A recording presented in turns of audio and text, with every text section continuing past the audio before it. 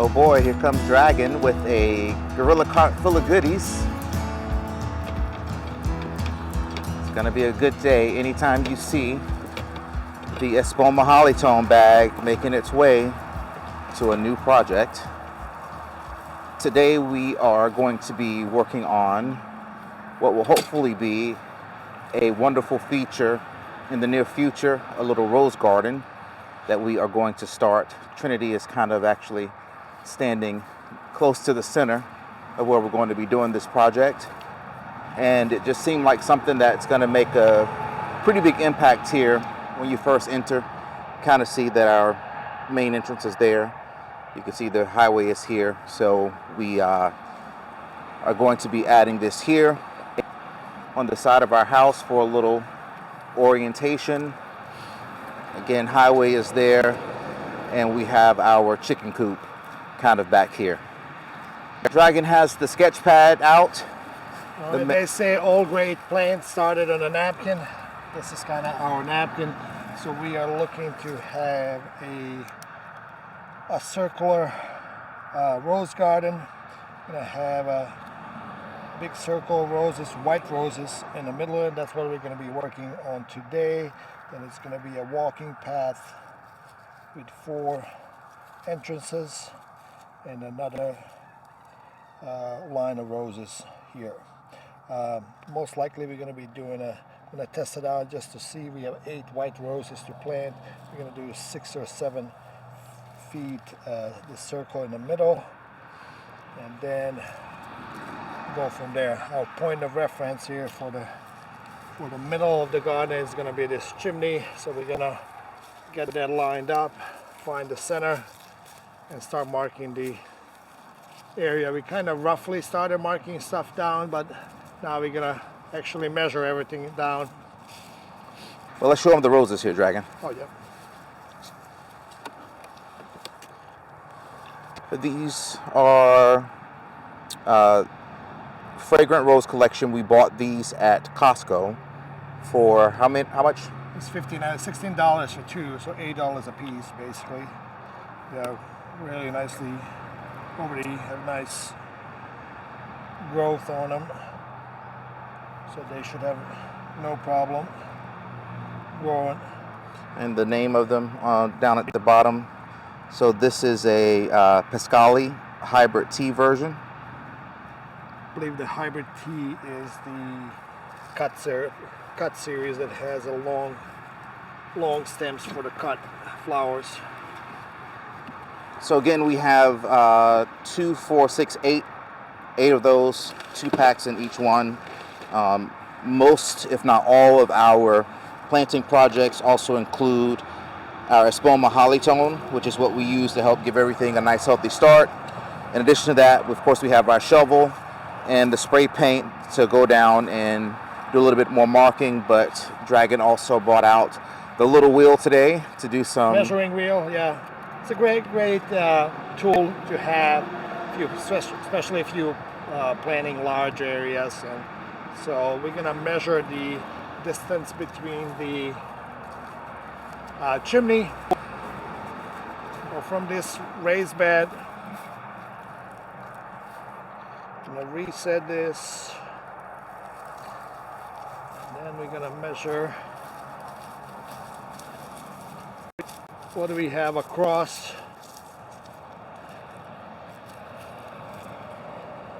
We have 42 feet, so 21 feet from that chimney is going to be the middle. Back and measure 21 feet.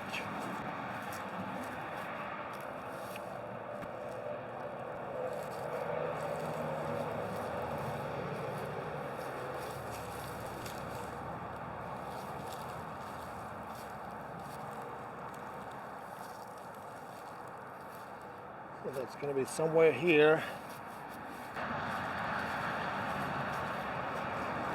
All right, I'm going to stand there with that, where I mark that down. Let's see.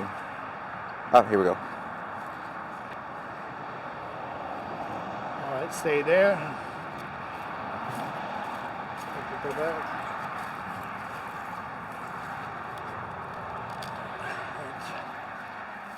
Hammer this in. Why walk to the garage for a hammer when you have a brick lying around? You forgot to mention what's going to be in the center. Oh, in the center we hope to do some type of a fountain.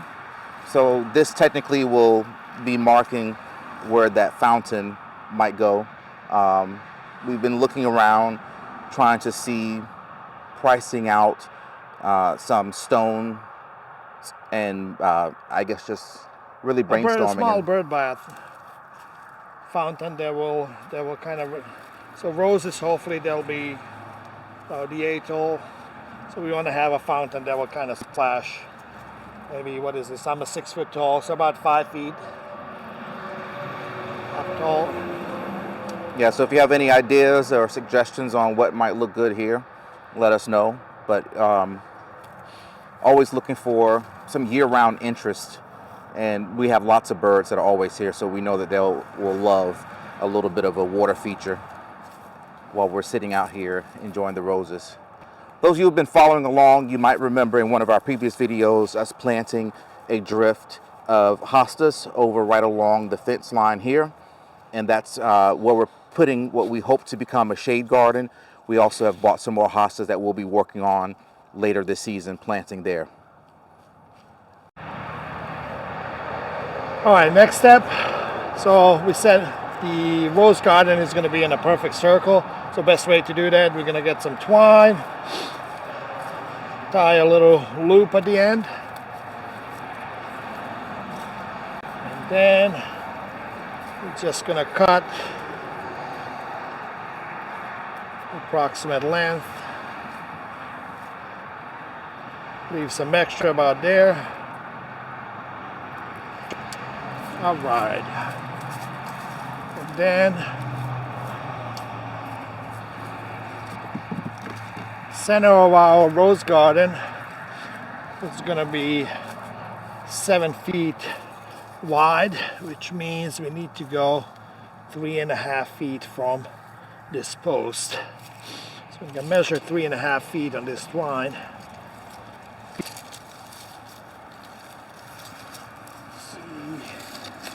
3.5 feet is 42 inches. We're going to mark that with this electrical tape. You can mark this with anything, give it a marker or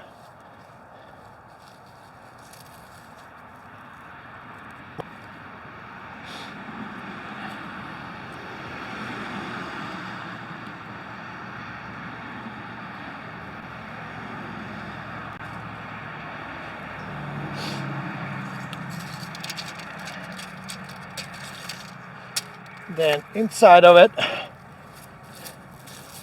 what do we say inside, Kevin? It's going to be 5 feet? 7? I thought you said 7. No, inside the walking path. I don't remember. Our lawnmower is what, 40? 42? 42.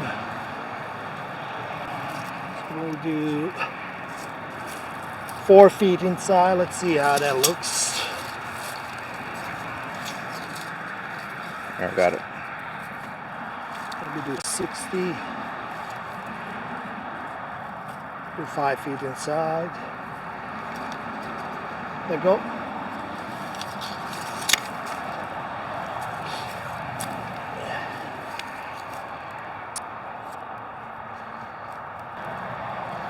So now we're going to grab the spray paint or marking tape. Marking spray paint. And where's we're going to find our 3.5 feet measure, and off we go.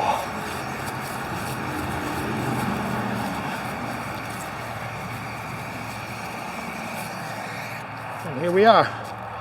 We have a perfect circle that is 7 feet.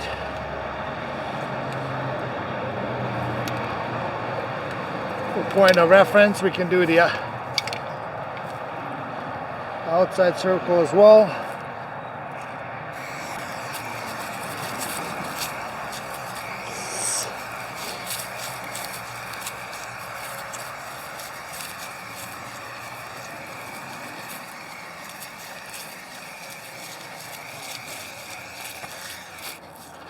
All right.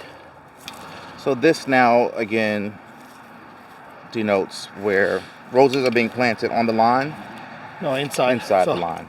So we're gonna do 1 and 2, 1 and 2. Oh, there. We want to leave maybe for the fountain about that much. And then the big circle here in the gap is the walkway. This is just going to be the grass. So lawnmower, like Kevin said, it's 42 inches, about 5 feet. It's going to go. So we're not going to plant this outside this summer most likely. But we want to leave enough space where we can ride our zero-turn lawnmower, just cut the grass in between and get out safely, even if Rose is kind of leaning some. Next, what we have to do is divide this, I guess, into 4 or 8 and mark where we want to put the roses down. So let's do that. Let's go up with a circle kind of. I'm going to use this corner of this square right here.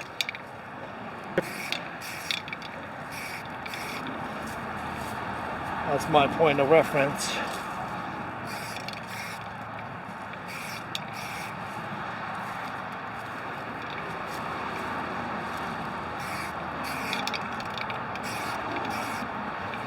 There we are. That's our 8 roses. Now we just need to dig the holes and plant them in. Let's do that.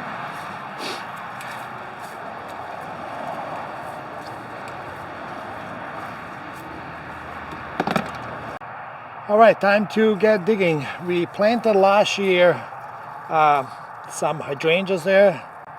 So soil was fairly soft to dig, so let's see how, if that translates that here as well. I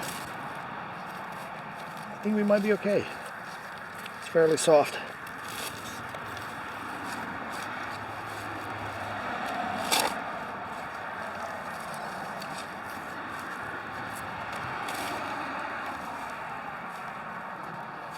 No rocks, which is just perfect for us.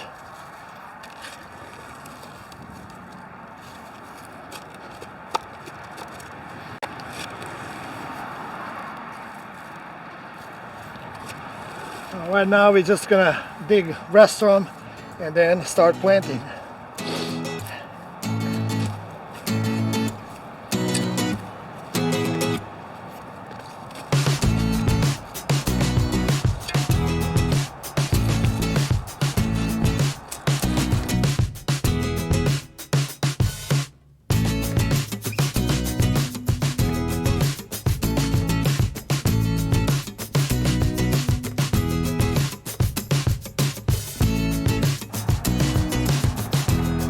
The holes are now dug and the roses are placed just to make sure that we have the proper amount for the depth for every rose. Looking good so far. Our next step will be to come in and add in our holly tone, that starter fertilizer, to get everything going nicely. We're gonna go through, cut these open, get the wire off of them, and then just get them into the ground and get them watered in. One reason why we decided to go with white roses here in the center is so that we can achieve kind of a moon garden effect, so that at night it will kind of give a little bit of a glow by having all of these white roses here grouped together. And then potentially as we do the other quadrants of this area, we'll play around with some ideas, maybe doing some color blocking, where we may have just one section that's all yellow roses, one section that's all red. But we'll see when the time comes and we start looking for those. Also, right where this is, just to the side of it, along the side of the house, we have a line of pink knockout roses that are here. They haven't been trimmed yet this season, so they're looking a little bit straggly right now, but they will have those right next door to help complement the rose garden that we are putting in here. All right, let's get planting. Ouch. They do have a wire tied to the top of it.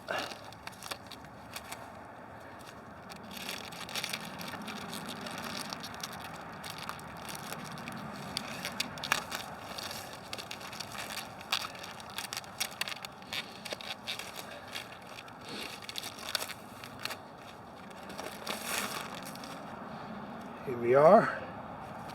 I'm going to leave the paper on it.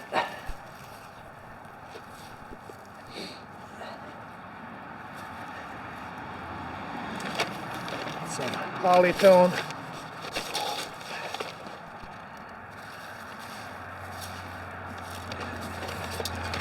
No real measurement here. We just kind of grab Eyeball it, yeah. grab a vessel and put some in.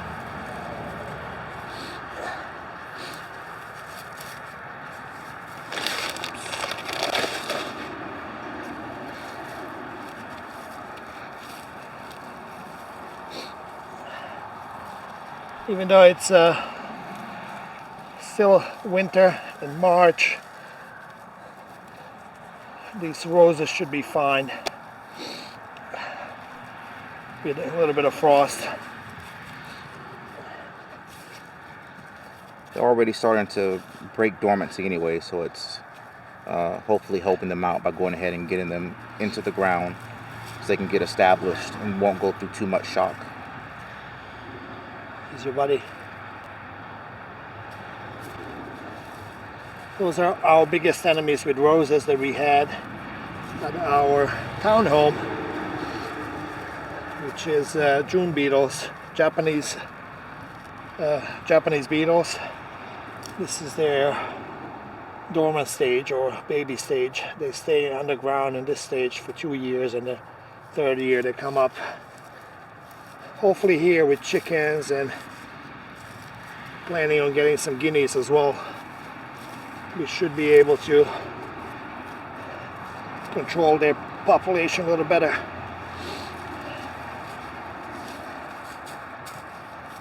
And why plant this in with the paper still wrapped around it? Why not take that off? Oh, paper is going to decompose anyhow. Help keep it moist while it settles in. And I don't want to disturb any roots that are formed. And if I take that paper off, I'm jeopardizing or breaking that little soil that those roots have.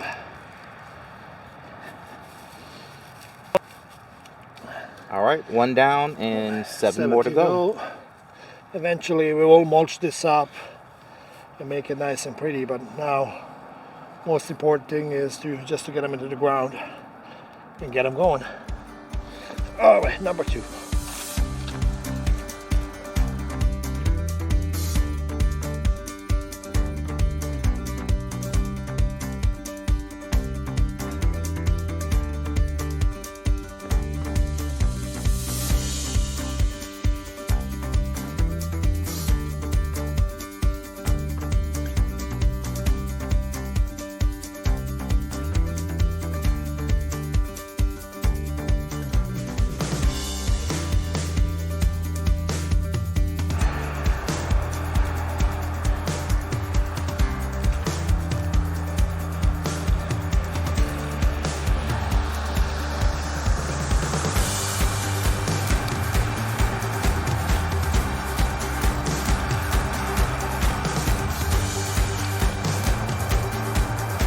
Doesn't that look amazing? You can already kind of imagine seeing all of these beautiful white roses in full bloom, and the canopies touching, and the fragrant smells, and our ability to just come out here and pick some of these to go inside the house for a nice cut flower arrangement.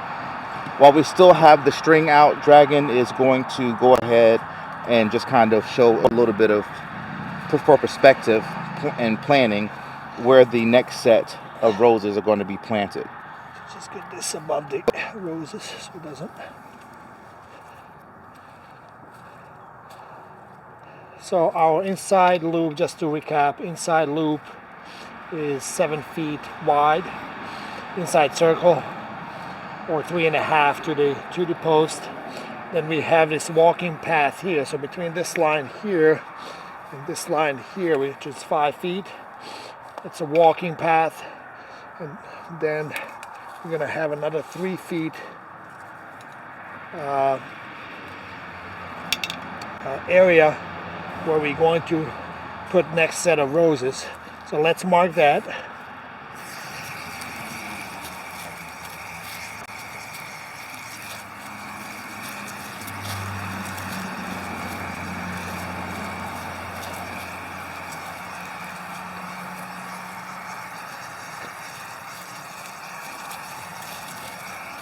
All right.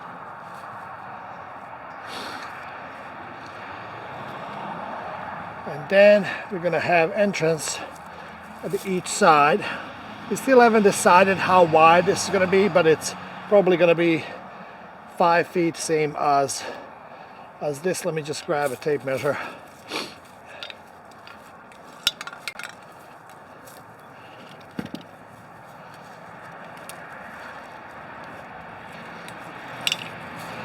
We'll do this a little more precisely. So this is my middle.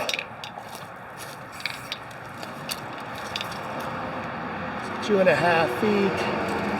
It's here. About there.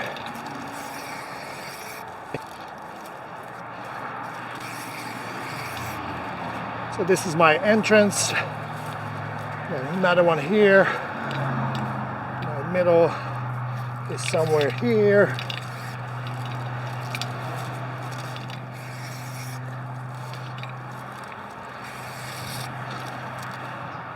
And we'll have 4 of these at each quadrant. So now this leaves us this area right here to plant the rest of the roses. The hardest thing about this is pacing yourself and doing it slow. And yes, this is us pacing ourselves. We would love to plant everything, but we have so many other plans that we need to plan accordingly. So most likely we're gonna do maybe even 2 rows of roses here, Kevin, or 1? I think at least 2. We talk about staggering them as you go. So maybe doing 1 there, 1 there.